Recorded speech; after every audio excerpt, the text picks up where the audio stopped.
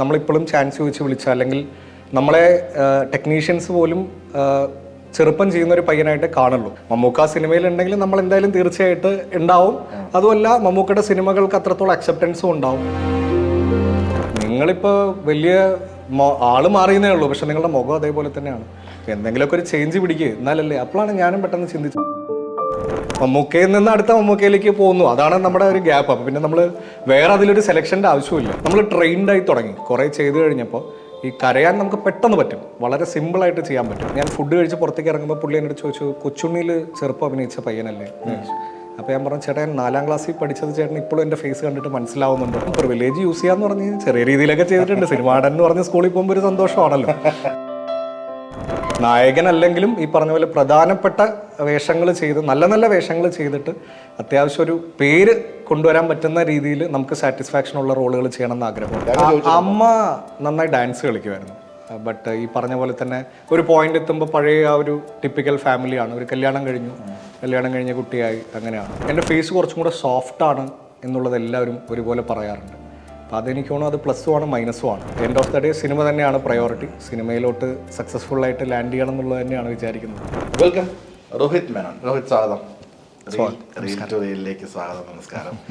ഈ ഞാൻ ആദ്യമായിട്ട് നോട്ട് ചെയ്യുന്നത് ഇന്ത്യൻ പ്രണയകഥയിലെ ആ ഒരു സീക്വൻസ് ആണ്. റെയിൽവേ സ്റ്റേഷൻ സീക്വൻസുകൾ, കുറച്ച് ഇമോഷണൽ പരിപാടികളാണത് വരുന്നത്. എനിക്കൊന്നും അതിന്റെ വളരെ കാതലായ ഒരു സീക്വൻസ് ആണ് വരുന്നത്. ഈ ആദ്യ സിനിമ ചൈൽഡ് ആർട്ടിസ്റ്റ് ആയിട്ട് വരുന്നു, കുറച്ചധികം ചൈൽഡ് ആർട്ടിസ്റ്റ് ആയിട്ട് ചെയ്തിട്ടുണ്ട്. കുറെ നായന്മാരുടെ ചെറുപ്പം ചെയ്തിട്ടുണ്ട്.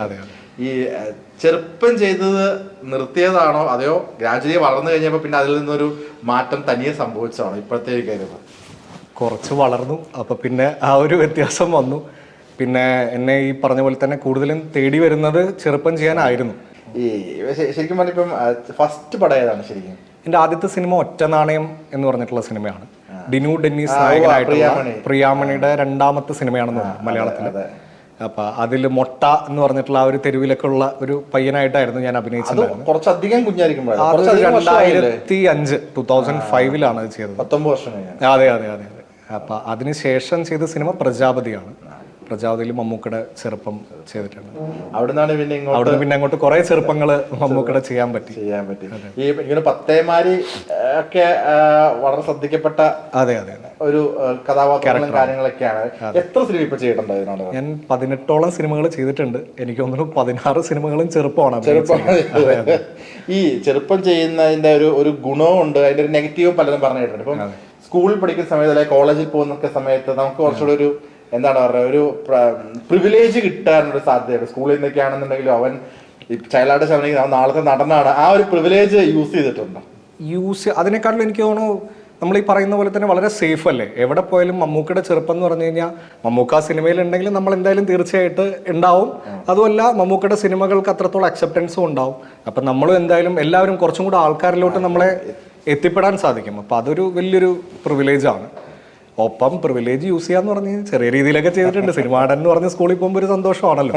അപ്പൊ അതുണ്ട് തീർച്ചയായിട്ടും. ഈ അങ്ങനെ യൂസ് ചെയ്യാത്ത ഒരു ഇൻസിഡന്റ് അല്ലെങ്കിൽ പെട്ടെന്ന് നമ്മൾക്കിപ്പോ ഒരു സാധാരണക്കാരനൊരു ഫോർ എക്സാമ്പിൾ രസത്തിന്റെ പറഞ്ഞാണ്, സാധാരണക്കാരൻ പോയിട്ട് ഒരു ഇഷ്ടമുള്ളൊരു പെൺകുട്ടിയുടെ അടുത്ത് നോക്കുന്നതും ഒരു സിനിമയിലുള്ളൊരു പയ്യൻ പോയിട്ട് നോക്കുന്നതും ഒരുപാട് വ്യത്യാസമുണ്ട്.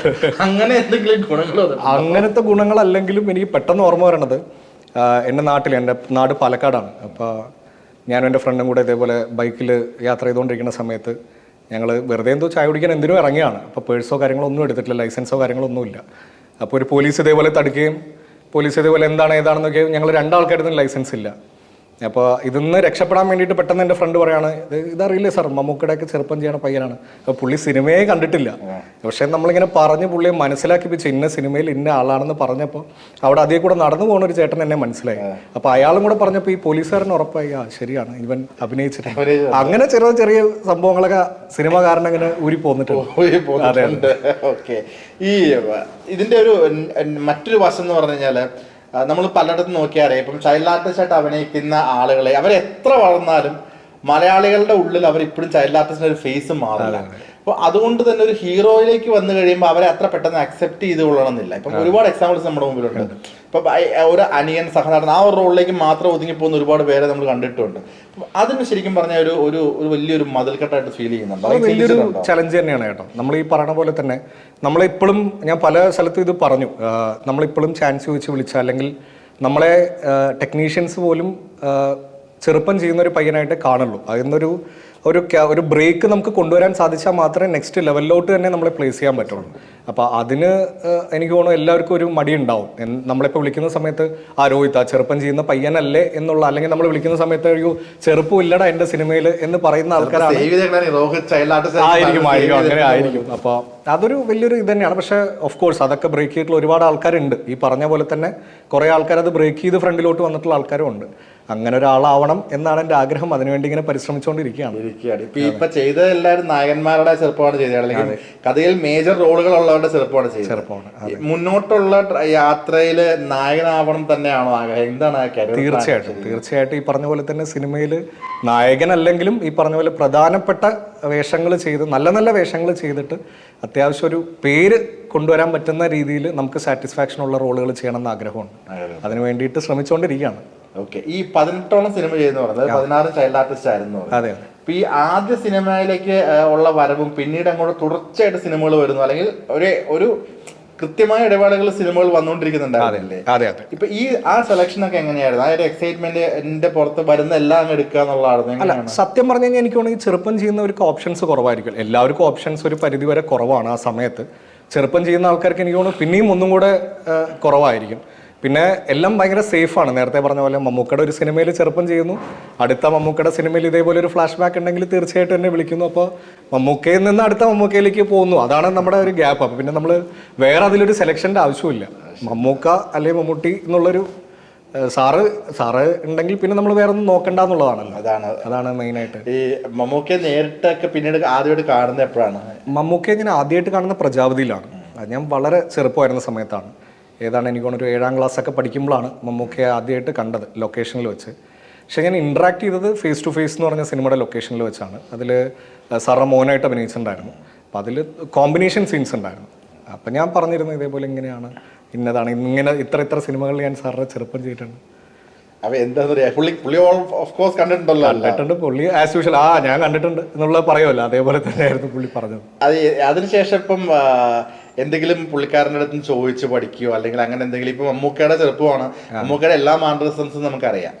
അപ്പോൾ ചെറുപ്പം ചെയ്യുന്ന സമയത്ത് ഡയറക്ഷൻ സൈഡിൽ നിന്നൊക്കെ ആണെന്നുണ്ടെങ്കിൽ നീ ഇന്ന രീതിയിൽ നടക്കണം, അങ്ങനെ എന്തെങ്കിലുമൊക്കെ ഒരു മാനറിസം പറഞ്ഞു തരും, അങ്ങനെ പിടിക്കാൻ അങ്ങനെ പറയുമായിരുന്നു. നമുക്ക് സത്യം പറഞ്ഞാൽ പേടിയാണ് സാറിനോട്. അത് എനിക്ക് തോന്നുന്നു എല്ലാവർക്കും, എനിക്ക് മാത്രമല്ല, കൂടെ അഭിനയിക്കുന്ന എല്ലാവർക്കും ഈ പറഞ്ഞ ഭയങ്കര ഒരു ഫിയർ ഫാക്ടർ ഉണ്ടാവും. സാറേ പോലെ ഒരു ലെജൻഡ് ഫ്രണ്ടിൽ നിന്ന് നമ്മൾ മറന്നു പോകും, നമ്മളുടെ ഡയലോഗും മറക്കും. പുള്ളി കറക്റ്റായിട്ട് പുള്ളിയുടെ ഡയലോഗ് പറയും.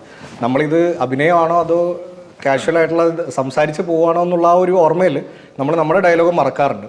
പക്ഷെ നമ്മളിങ്ങനെ ഒബ്സർവ് ചെയ്യും എങ്ങനെയാണ് ആ ടൈമിങ്, പറയുന്ന രീതികൾ, അതെല്ലാം നമുക്കത് ചെയ്യാൻ പറ്റുമോ എന്നുള്ളതൊന്നും അറിയില്ല. പക്ഷെ നമ്മളത് ഒബ്സർവ് ചെയ്ത് അടുത്തയിലേക്ക് എവിടെയെങ്കിലുമൊക്കെ അതിനൊരു ഷെയ്ഡ്സ് കൊണ്ടുവരാൻ വേണ്ടി ശ്രമിക്കാറുണ്ട്. അതെ. ഇപ്പൊ ഈ സിനിമയിൽ ഇത്രയും വർഷമായി ഇപ്പൊ ഈ സൗഹൃദങ്ങളൊക്കെ പറഞ്ഞു കഴിഞ്ഞാൽ എങ്ങനെയായിരിക്കും സിനിമയിൽ ഇപ്പം? കാരണം ഇപ്പം കൂടുതലും രോഹിത് ചെയ്യുമ്പോൾ കൂടെയുള്ള എല്ലാവരും ആ ഒരു ഏജിലുള്ള ആൾക്കാരായിരിക്കും, ചൈൽഡ് ആർട്ടിസ്റ്റ് ആയിരിക്കും. അപ്പൊ ഒരു മെയിൻ ആൾക്കാരുടെ കൂടെ ഉള്ള കോമ്പിനേഷൻ സീൻസ് വളരെ റെയർ ആയിട്ട് കിട്ടാൻ സാധ്യതയുള്ളൂ. അങ്ങനെയുള്ള പടങ്ങളും കുറവാണ് ഇപ്പൊ, അതിൽ നിന്ന് മാറി വരുന്നേ ഉള്ളൂ. അപ്പൊ ഈ സൗഹൃദത്തിന്റെ ഒരു സർക്കിളൊക്കെ എങ്ങനെയാണ് സിനിമയിൽ? എനിക്ക് സത്യം പറഞ്ഞാൽ വളരെ കുറവാണ്. കാരണം ഈ പറഞ്ഞ ഒരു ചെറുപ്പമല്ലേ നമ്മൾ ചെയ്യാം. നമ്മളുടെ കൂടെയുള്ള എല്ലാ ആൾക്കാരും വളരെ സീനിയർ ആയിട്ടുള്ള ഏജ് കാറ്റഗറിയിലുള്ള ആൾക്കാരായിരിക്കും. കൂടെ വർക്ക് ചെയ്യുന്ന ഏജ് ഗ്രൂപ്പും ചെറുതായിരിക്കും ആക്ച്വലി. ആയിരിക്കും, അതും വേറൊരു രീതിയാണ്. ഇപ്പോഴത്തെ ഒരു സെലക്ഷൻ ഇപ്പൊ ചൈൽഡ് ആർട്ടിസ്റ്റ് അല്ലാതെ എത്ര സിനിമ ചെയ്തിട്ടുണ്ട്? ഇപ്പൊ 2-3 സിനിമകളെന്ന് പറഞ്ഞു. ആ സെലക്ഷൻ പ്രൊസീജിയർ എങ്ങനെയാണ്? ചൈൽഡ് ആർട്ടിസ്റ്റ് എന്ന് പറഞ്ഞു കഴിയുമ്പോൾ നമുക്ക് വേറെ ഓപ്ഷൻസ് ഇല്ല, അല്ലെ വീട്ടുകാർ പറയുന്നു ചെയ്യുന്നു, അതേ ഉള്ളൂ. അതിനുശേഷം മുതിർന്നതിന് ശേഷം വരുന്ന സിനിമകളുടെ ഒരു selection process? To be frank, നമ്മൾ പറയുകയാണെങ്കിൽ ഇപ്പോൾ ഒരാൾ നമ്മളെ വിളിക്കുകയാണെങ്കിൽ നമ്മൾ ആദ്യം ചോദിക്കണം നല്ല റെലവൻ്റ് ആയിട്ടുള്ള ഒരു ക്യാരക്ടറാണോ എന്നുള്ളത് മാത്രമാണ്. കാരണം ഞാൻ ഈ ചെറുപ്പം ചെയ്തുകൊണ്ട് തന്നെ എനിക്ക് വലിയ അല്ലെങ്കിൽ ഒരു ഈ പറഞ്ഞ മെയിൻ സ്ട്രീമിലോട്ട് വരുന്ന സിനിമകളുടെ എണ്ണം വളരെ കുറവാണ്. അപ്പോൾ എനിക്ക് ആദ്യം ഇതൊന്ന് ബ്രേക്ക് ചെയ്തിട്ട് അത്യാവശ്യം എന്നെ തന്നെ പൊസിഷൻ ചെയ്യാൻ പറ്റുന്ന രീതിയിലുള്ള ക്യാരക്ടേഴ്സ് ആദ്യം വരണം, എങ്കിലേ എനിക്ക് അടുത്ത സ്റ്റെപ്പ് അതിൻ്റെ ഒരു ഫിൽട്രേഷനും കാര്യങ്ങളൊക്കെ ചെയ്യാൻ പറ്റുള്ളൂ. അപ്പോൾ അതുകൊണ്ട് തന്നെ നമ്മളിപ്പോൾ ആരും നമ്മളെ വിളിച്ചാലും നല്ല ക്യാരക്ടറാണോ, ഈ പറഞ്ഞ കഥയിൽ നമുക്ക് ഇമ്പോർട്ടൻസ് ഉള്ള ക്യാരക്ടറാണോ എന്നുള്ളത് മാത്രമേ ഇപ്പോൾ നോക്കാറുള്ളൂ. മേ ബി ഇനി ഭാവിയിൽ എനിക്ക് ഒന്നും കൂടെ ഫിൽട്ടർ ചെയ്യാൻ പറ്റുന്ന രീതിയിലോട്ട് കാര്യങ്ങൾ എത്തും എന്ന് ഞാൻ വിചാരിക്കുന്നു. ഈ ഇപ്പം നമ്മുടെ ഈ ഒരു ആൾക്കാരുടെ മൈൻഡിലുള്ള ഒരു ഇമേജ് ഉണ്ട്, ഇപ്പൊ ചൈൽഡ് ആർട്ടിസ്റ്റ് ചെയ്ത ആളുകളെ ആ ഒരു ഫേസിലല്ലാണ്ട് നമുക്ക് പുറത്തെടുത്ത് മാറ്റാൻ ഭയങ്കര പാടാണ്. അതിന് വേണ്ടിയിട്ട് എനിക്കൊരു ഫോട്ടോഷൂട്ട് ചെയ്യണം, അല്ലെങ്കിൽ ഒരു ബോഡി ബിൽഡ് ചെയ്ത് അല്ലെങ്കിൽ വേറെ ലുക്ക് പിടിച്ച് ഫോട്ടോഷൂട്ട് ചെയ്ത് നമ്മളെ തന്നെ നമുക്ക് സ്വയം പ്രസന്റ് ചെയ്യണം, അങ്ങനെ എന്തെങ്കിലും ഐഡിയാസ്? എൻ്റെ അടുത്ത പ്ലാനിങ് അതാണ്. അതാണ് പറഞ്ഞുകൊണ്ടേ ഞാൻ പറഞ്ഞു, ഞാൻ അടുത്ത് അതാണ് വിചാരിക്കുന്നത്. കാരണം ഇത് പറയാൻ വേറൊന്നുമല്ല, ഞാൻ കഴിഞ്ഞ ദിവസം ഫുഡ് കഴിക്കാൻ വേണ്ടി ഒരു റെസ്റ്റോറൻറ്റിൽ പോയി. അപ്പോൾ അവിടെ സ്വിഗ്ഗി ഡെലിവറി ചെയ്യാൻ വേണ്ടി ഒരു ചേട്ടൻ അവിടെ നിൽപ്പുണ്ടായിരുന്നു. അപ്പോൾ പുള്ളി ഞാൻ ആദ്യമായിട്ട് അഭിനയിച്ച കായംകുളം കൊച്ചുണ്ണി എന്ന് പറഞ്ഞൊരു സീരിയലാണ്. അതെനിക്ക് തോന്നുന്നു ഞാനൊരു 5th സ്റ്റാൻഡേർഡ് അല്ലെങ്കിൽ 4th സ്റ്റാൻഡേർഡിൽ പഠിക്കുമ്പോൾ. അപ്പോൾ ഞാൻ ഫുഡ് കഴിച്ച് പുറത്തേക്ക് ഇറങ്ങുമ്പോൾ പുള്ളി എന്നോട് ചോദിച്ചു, കൊച്ചുണ്ണിയിൽ ചെറുപ്പം അഭിനയിച്ച പയ്യനല്ലേ എന്ന് ചോദിച്ചു. അപ്പോൾ ഞാൻ പറഞ്ഞു, ചേട്ടാ 4ാം ക്ലാസ്സിൽ പഠിച്ചത് ചേട്ടൻ ഇപ്പോഴും എൻ്റെ ഫേസ് കണ്ടിട്ട് മനസ്സിലാവുന്നുണ്ടോ എന്ന് ചോദിച്ചു. അപ്പോൾ പുള്ളി എൻ്റെ അടുത്ത് കാഷ്വലായിട്ട് പറഞ്ഞു, നിങ്ങളിപ്പോൾ വലിയ ആള് മാറിയെന്നേ ഉള്ളൂ, പക്ഷെ നിങ്ങളുടെ മുഖം അതേപോലെ തന്നെയാണ്, എന്തെങ്കിലുമൊക്കെ ഒരു ചേഞ്ച് പിടിക്കുക എന്നാലല്ലേ. അപ്പോഴാണ് ഞാനും പെട്ടെന്ന് ചിന്തിച്ചത്. അങ്ങനെ പറഞ്ഞു പുള്ളി ഒരു ഐ ഓപ്പണർ പോലെ ഒരു സംഭവം ഇങ്ങനെ പറഞ്ഞിട്ട് പോയി. അപ്പോൾ ഞാൻ സത്യമായിട്ടും വിചാരിച്ചു അതിന് ശേഷം അപ്പോൾ നമുക്ക് അങ്ങനെ ഒരു ചേഞ്ച് ഓവർ അല്ലെങ്കിൽ ഒരു മേക്ക് ഓവർ ചെയ്തതിന് ശേഷം ഒന്ന് ട്രൈ ചെയ്യണമെന്നുണ്ട്, നോക്കട്ടെ. ശരിക്കും ലുക്ക് കാര്യമായിട്ടുള്ളൊരു വരുന്നില്ല എന്നുള്ളതാണ്. അപ്പൊ ഉടനെ നമ്മൾ ഞെട്ടിക്കുന്ന രീതിയിൽ ഒരു മേക്ക് ഓവറുമായിട്ട് വരട്ടെ, അങ്ങനെ ആവട്ടെ. ഈ ആദ്യമായിട്ട് വരുന്നത് എങ്ങനെയാണ് ശരിക്കും പറഞ്ഞത്? എനിക്ക് പലയിടത്തും പറഞ്ഞിട്ടുണ്ടാവും. ഞാൻ ആദ്യമായിട്ട് അഭിനയിച്ചത് സീരിയലാണ്, കായംകുളം കൊച്ചുണ്ണി എന്ന് പറഞ്ഞ സീരിയൽ. സൂര്യ TV-യിൽ ഉള്ള ഒരു സീരിയലിൽ ആദ്യത്തെ കൊച്ചുണ്ണിയായിട്ട്, കൊച്ചുണ്ണിയുടെ ചെറുപ്പം, അവിടെയും ചെറുപ്പം തന്നെയാണ്, ചെറുപ്പമായിട്ടാണ് തുടങ്ങുന്നത്. അതിനുശേഷം അതിൽ നിന്ന് സിനിമയിലോട്ട്, ഒറ്റ നാണയത്തിലോട്ട് കാസ്റ്റ് ചെയ്തു. ഇവിടുന്ന് പ്രജാപതി, അലിബായ്, അങ്ങനെ ഓരോ സിനിമ കണ്ട് അടുത്ത സിനിമയിലോട്ട് കാസ്റ്റ് ചെയ്യപ്പെട്ടു. അങ്ങനെയാണ് വന്നത്. ഇപ്പൊ നമ്മൾ സിനിമ അല്ലാതെ പേഴ്സണൽ ലൈഫ് ചോദിക്കുകയാണെന്നുണ്ടെങ്കിൽ രോഹിത് മേനോൻ എന്ത് ചെയ്യുന്നു? ഐ മീൻ എന്താണ് ബാക്ക്ഗ്രൗണ്ട് പഠിത്തം? ഇപ്പൊ എന്ത് വർക്ക് ചെയ്യുന്നുണ്ടോ? സിനിമ ഇല്ലാതിരിക്കുന്ന സമയത്ത് അല്ലെങ്കിൽ എങ്ങനെയാണ്? ഞാൻ MBA കഴിഞ്ഞു. MBA കഴിഞ്ഞതിന് ശേഷം ജോലി ചെയ്യുന്നുണ്ട്. ഹയർ എന്ന് പറഞ്ഞൊരു കമ്പനിയിൽ മാർക്കറ്റിംഗ് മാനേജറായിട്ട് വർക്ക് ചെയ്യുന്നുണ്ട്. ഓഫ് കോഴ്സ് നമുക്ക് രണ്ടും ഇമ്പോർട്ടൻ്റ് ആണല്ലോ, സിനിമയും അതേപോലെ തന്നെ അപ്പുറത്തുള്ള നമ്മളുടെ പേഴ്സണൽ ലൈഫും ഇമ്പോർട്ടൻ്റ് ആയതുകൊണ്ട് രണ്ടും കൂടെ ഇങ്ങനെ ബാലൻസ് ചെയ്ത് കൊണ്ടുപോകാൻ വേണ്ടിയിട്ടൊരു ജോലിയുണ്ട്. But end of the day cinema തന്നെയാണ് പ്രയോറിറ്റി. സിനിമയിലോട്ട് സക്സസ്ഫുള്ളായിട്ട് ലാൻഡ് ചെയ്യണം എന്നുള്ളത് തന്നെയാണ് വിചാരിക്കുന്നത്. മാരീഡാണ്, വൈഫ് ആയുർവേദ ഡോക്ടറാണ്, ശ്വേത എന്നാണ് പേര്. ഇവിടെ തന്നെ എറണാകുളം തന്നെ? നിങ്ങൾ കൊച്ചിയിൽ തന്നെയാണ് സെറ്റിൽ. കൊച്ചിയിൽ തന്നെ. ശരിക്കും ബേസ് പാലക്കാടാണ്? പാലക്കാട്, നാട് പാലക്കാട്. അച്ഛനും അമ്മയൊക്കെ അവിടെയാണ്? പാലക്കാടാണ്. അച്ഛനും അമ്മയും പാലക്കാടാണ്. ഒരു സിസ്റ്ററുണ്ട്, സിസ്റ്റർ കാനഡയിലാണ്, കാനഡയിൽ സെറ്റിൽഡ് ആണ്. ഞാനും വൈഫും ഇവിടെ കൊച്ചി സെറ്റിലാണ്. എറണാകുളത്തേക്ക് ഷിഫ്റ്റ് ചെയ്തിട്ട് പറച്ചു നടുക എന്ന് പറയുന്നൊരു പ്രോസസ്സ് ഉണ്ടല്ലോ, അത് ശരിക്കും പറഞ്ഞാൽ ഏത് പ്രായം തൊട്ടാണ് എറണാകുളത്തേക്ക് വന്നത്? ഞാൻ ആക്ച്വലി എൻ്റെ ഫാദർ എറണാകുളത്തായിരുന്നു വർക്ക് ചെയ്തിട്ടുണ്ടായിരുന്നു ഇനീഷ്യലി. അച്ഛനൊരു പ്രൈവറ്റ് ഫേമിലായിരുന്നു പറയുക. അപ്പം ഞാൻ എൻ്റെ 10th വരെ എറണാകുളത്ത് തന്നെയായിരുന്നു. അതിന് ശേഷമാണ് പാലക്കാടിലോട്ട് പോയത്. അപ്പോൾ എറണാകുളം പാലക്കാടും രണ്ടും ഒരേപോലെ തന്നെയാണ്, എനിക്ക് നാട് പോലെ തന്നെയാണ്. കാരണം ഞാൻ കുറച്ചു കാലം എറണാകുളത്ത് ഉണ്ടായിരുന്നു, പിന്നെ പാലക്കാട് പോയി തിരിച്ച് എറണാകുളത്തോട്ട് തന്നെ തിരിച്ചു വന്നു. രണ്ടും ഒരേപോലെ തന്നെ ഇമ്പോർട്ടൻ്റ് ആയിട്ടുള്ള സ്ഥലങ്ങളാണ്. ഇപ്പം എനിക്ക് എറണാകുളത്ത് ഉള്ളതുകൊണ്ടാണോ അതോ പർപ്പസ്ഫുള്ളി അങ്ങനെ പിടിക്കുന്നതാണെന്ന് അറിയാം. പാലക്കാടിന്റെ ഒരു സ്ലാങ്ങോ ചൊവയോ ഒന്നും തന്നെ വന്നിട്ടില്ല. അതുകൊണ്ടാണ് ഞാൻ എൻ്റെ 10th വരെ എൻ്റെ സ്കൂളിംഗ് ഒക്കെ ചെയ്തത് എറണാകുളത്ത് തന്നെയാണ്. ബേസ് ഇതാണ്. അതെ. അപ്പൊ അതുകൊണ്ട് മേ ബി ആ ഫുൾ എന്ന് വെച്ചാൽ പാലക്കാട് ഇല്ലാന്നല്ല, അത് പാലക്കാട് എത്തുമ്പോൾ അതെ പാലക്കാടിലെ കൂട്ടുകാരായിട്ട് ഇരിക്കുമ്പോൾ അത് പാലക്കാടായിട്ട് മാറും. അങ്ങനെ നമ്മൾ ഓട്ടോമാറ്റിക്കലി അങ്ങനെ മാറിപ്പോകുന്നതാണ്. സ്വാഭാവികമായിട്ട് അങ്ങനെ വരും. ഓക്കെ. ഈ നമ്മളിപ്പം രോഹിത്തിനെ തന്നെ ഒരു 5 വർഷം കഴിയുമ്പോൾ എവിടെ പ്ലേസ് ചെയ്യാൻ ആഗ്രഹിക്കുന്നു മലയാള സിനിമ? ഞാൻ നേരത്തെ പറഞ്ഞില്ല കേട്ടോ, എനിക്ക് ഈ പറഞ്ഞ പോലെ തന്നെ ഞാൻ ഇപ്പോൾ ചെയ്തതെല്ലാം അത്യാവശ്യം ഇമ്പോർട്ടൻസ് ഉള്ള അല്ലെങ്കിൽ ചെറുപ്പമാണെങ്കിൽ കൂടെ പറയുന്ന സിനിമകളെല്ലാം ഒരുപക്ഷെ എല്ലാവരും കേട്ടിട്ടുള്ള അല്ലെങ്കിൽ കണ്ടിട്ടുള്ള സിനിമകളാണ്. അതിൽ നല്ലൊരു ക്യാരക്ടർ ചെയ്തു എന്ന് എല്ലാവർക്കും ഒരേപോലെ തന്നെ അക്സെപ്റ്റ് ചെയ്യുന്ന സിനിമകളാണ്. അതേ ഗ്രാഫിൽ തന്നെ ഇനിയും മുമ്പോട്ട് പോകണം എന്നാണ് എൻ്റെ ആഗ്രഹം.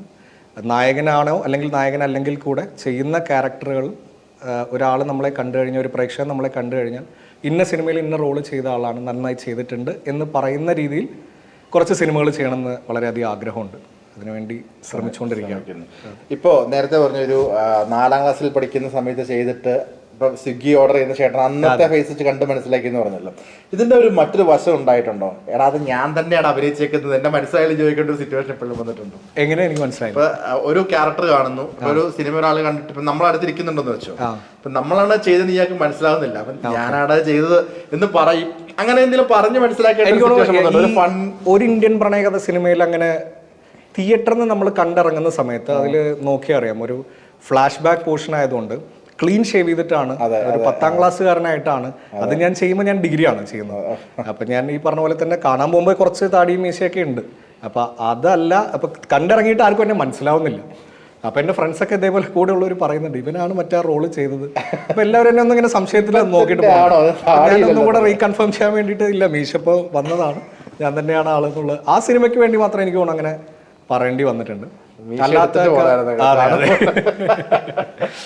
ആ സിനിമയ്ക്കാണ് അങ്ങനെ ഒരു അനുഭവം ഉണ്ടായിട്ടുണ്ട്. ഇപ്പൊ ഞാൻ പറഞ്ഞു, ഇപ്പൊ രോഹിത് എനിക്ക് തോന്നുന്നു ഇപ്പൊ സംസാരിച്ച് എനിക്ക് മനസ്സിലായ ഒരു നേരിടുന്ന ഒരു വലിയ പ്രശ്നം ഈ ഒരു ആ ഒരു മതിൽക്കെട്ടിനുള്ളിൽ നിന്ന് പുറത്ത് ചാടാനുള്ള ആ ഒരു സ്ട്രഗിൾ കൂടെയാണ് ഇപ്പൊ കടന്നു പോകുന്നത്. ഇപ്പം സ്വയം പ്രസന്റ് ചെയ്യാന്നുള്ളത് അത് വരുന്നു എന്ന് പറയുന്നു. ഇപ്പം നമുക്കിപ്പോ ഒരുപാട് ഡയറക്ടേഴ്സ് ഉണ്ട്, ഒരുപാട് പ്രൊഡക്ഷൻ ഹൗസസ് ഉണ്ട്. നമ്മളെ തന്നെ പ്രസന്റ് ചെയ്യാൻ വേണ്ടിയിട്ട് നമ്മൾ പോയി കാണുകയോ അല്ലെങ്കിൽ ഇത്രയും മാറ്റം ഉണ്ടോ ഞാൻ ചൈൽഡ് ആർട്ടിസ്റ്റ് അങ്ങനെ നമ്മളെ അപ്രോച്ച് ചെയ്യാനുള്ള ശ്രമങ്ങൾ ഉണ്ടായിട്ടുണ്ട്. ഇപ്പൊ അവസരങ്ങൾ ചോദിക്കുക, അങ്ങനെ ഒരു ശ്രമങ്ങൾ നമ്മളെ പ്രസന്റ് ചെയ്യാൻ ശ്രമിച്ചിട്ടില്ലേ?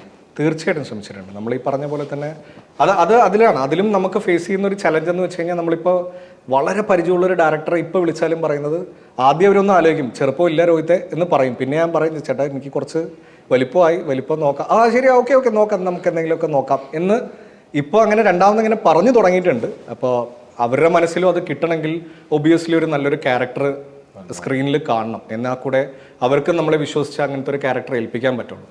അപ്പോൾ അത് വലിയൊരു ചലഞ്ചാണ്, അത് ബ്രേക്ക് ചെയ്യും എന്നുള്ള ഇതിലാണ്.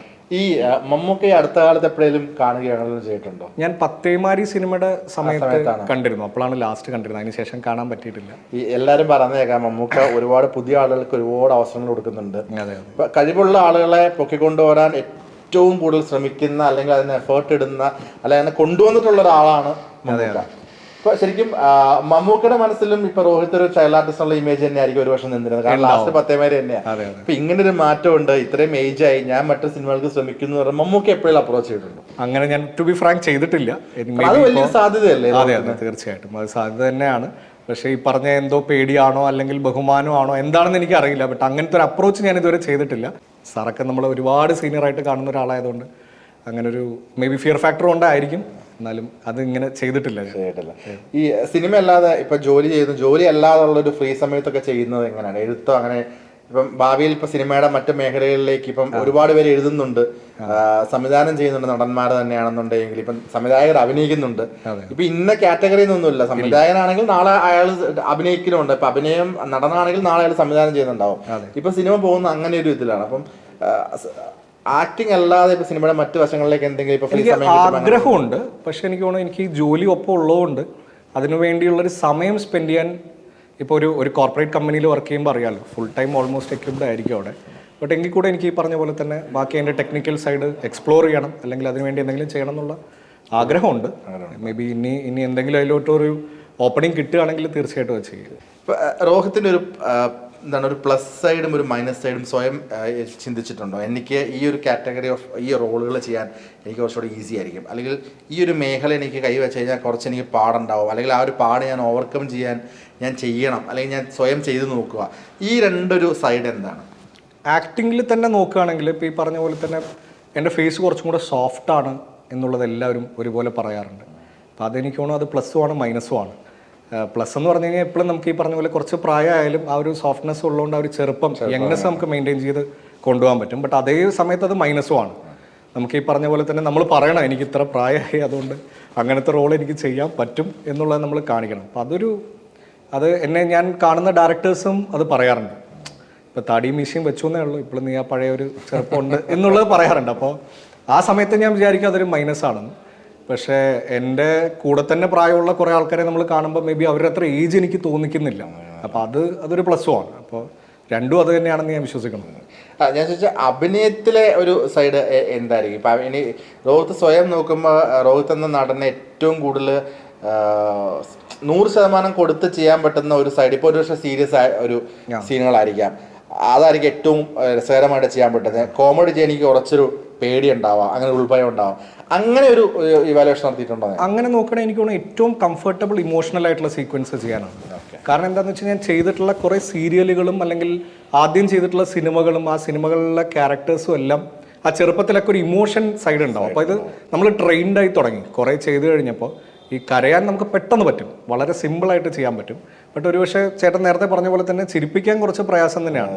അത് നമ്മൾ എക്സ്പ്ലോർ ചെയ്തിട്ടില്ല. അതുകൊണ്ട് അങ്ങനെ വരുമ്പോൾ എനിക്കറിയില്ല, ഞാൻ ഇതുവരെ ചെയ്തു നോക്കിയിട്ടില്ല. മേ ബി അതായിരിക്കും എൻ്റെ ഒരു ടഫ് സൈഡ് എന്ന് പറയാം. നമുക്ക് ചെയ്യാൻ ബുദ്ധിമുട്ടുള്ളൊരു ഭാഗം ചിരിപ്പിക്കുക എന്നുള്ളത് തന്നെയായിരിക്കും. ഇപ്പോൾ ഒരു നടൻ എന്താ ഇവോൾവ് ചെയ്തുകൊണ്ടിരിക്കുക എന്ന് പറയില്ലേ, ഇപ്പം സ്വാഭാവികമായിട്ടും പറഞ്ഞു കഴിഞ്ഞാൽ ഇപ്പം വീട്ടിലിരിക്കുന്ന സമയത്ത് അല്ലെങ്കിൽ ഇപ്പോൾ സ്വയം ഉള്ളിലെ നടനെ എങ്ങനെ ഈ രാഗി മിനുക്കുന്നു നോക്കുന്നത് ചോദിക്കാമല്ലോ, അതിനുള്ള പ്രോസസ്സ് എന്തായിരിക്കും എടുക്കുന്നത്, അതിന് എഫേർട്ട് എടുക്കാറുണ്ട്? എനിക്ക് തോന്നുന്നു സിനിമ കാണുക, കണ്ടു കഴിഞ്ഞിട്ട് അതിൽ ചില ക്യാരക്ടേഴ്സ് നമുക്ക് എന്തായാലും ഇഷ്ടപ്പെടും. ഒരു സിനിമ കാണുമ്പോൾ അതിൽ ഒരു ക്യാരക്ടർ നമുക്ക് എന്തായാലും ഒരു പക്ഷേ മിക്ക സിനിമകളിലും ഇഷ്ടപ്പെടാറുണ്ട്. അവരുടെ ചില മാനറിസംസ് ഉണ്ടല്ലോ. ഇപ്പോൾ ഞാൻ എക്സാമ്പിൾ പറയുകയാണെങ്കിൽ സിദ്ദിഖ് സാറിൻ്റെ പല സിനിമകളിലും നോക്കിയാൽ അറിയാം, വളരെ ലെങ്തി ആയിട്ടുള്ള ഒരു ഡയലോഗ് ഉണ്ടാവും, വളരെ ഇമോഷണൽ ആയിട്ടുള്ള ഡയലോഗ് പ്രസന്റ് ചെയ്യും. അതൊരൊറ്റ ഷോട്ടും ആയിരിക്കും. അത് സാർ വളരെ സമയമെടുത്ത് മെല്ലെ മെല്ലെ അങ്ങനെ പറയണ കണ്ടിട്ട്. അപ്പോൾ ഈ ഡയലോഗുകളൊക്കെ നമുക്ക് അങ്ങനെയൊന്നും പറ്റില്ലെങ്കിലും അത് നമ്മൾ എങ്ങനെയെങ്കിലുമൊക്കെ ആ ഒരു ടൈം, ആ സംസാരിക്കാൻ എടുക്കുന്ന ഗ്യാപ്പ്, ശ്വാസം എടുക്കുന്ന സമയം, അതൊക്കെ നമുക്ക് ഒബ്സർവ് ചെയ്ത് കഴിഞ്ഞ് കഴിഞ്ഞാൽ നമുക്കത് എവിടെയെങ്കിലുമൊക്കെ അപ്ലൈ ചെയ്യാൻ പറ്റുമോ എന്നുള്ളത് നോക്കാറുണ്ട്.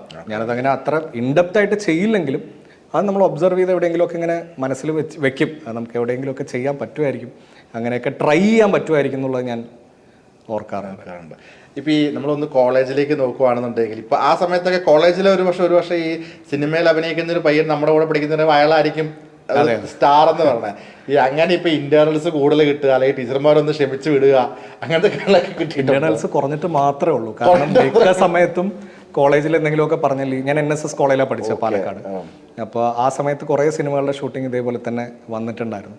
അപ്പോൾ അപ്പോഴൊക്കെ ലീവ് എടുത്ത് പോകുന്നതിന് ഇന്റേണൽസ് കുറവ് മാത്രമേ കിട്ടിയിട്ടുള്ളൂ. ബട്ട് അവർ സപ്പോർട്ട് ചെയ്യാറുണ്ട്. ഈ പറഞ്ഞ പോലെ എന്തൊക്കെ പറഞ്ഞാലും നമ്മളുടെ കോളേജിലുള്ളൊരു സ്റ്റുഡൻ്റ് അല്ലേ എന്നുള്ളത്, ആ ഒരു സപ്പോർട്ടും കെയറും എപ്പോഴും ഉണ്ടായിട്ടുണ്ട്. ഞാൻ MBA ചെയ്തതും അമൃതയിലാണ്.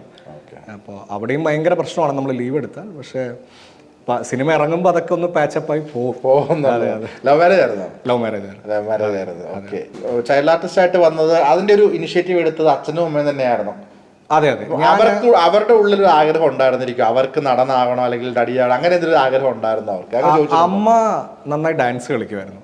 ബട്ട് ഈ പറഞ്ഞ പോലെ തന്നെ ഒരു പോയിന്റ് എത്തുമ്പോൾ പഴയ ആ ഒരു ടിപ്പിക്കൽ ഫാമിലിയാണ്. ഒരു കല്യാണം കഴിഞ്ഞ കുട്ടിയായി, അങ്ങനെയാണ്. അപ്പോൾ അച്ഛനും ഇഷ്ടമാണ്. ബട്ട് എൻ്റെ കൂടെ കൂടുതൽ വന്നിരിക്കുന്നത് അമ്മയാണ് ലൊക്കേഷനിലും. കാരണം അച്ഛന് ജോലി ഉള്ളതുകൊണ്ട് വരാൻ പറ്റില്ല.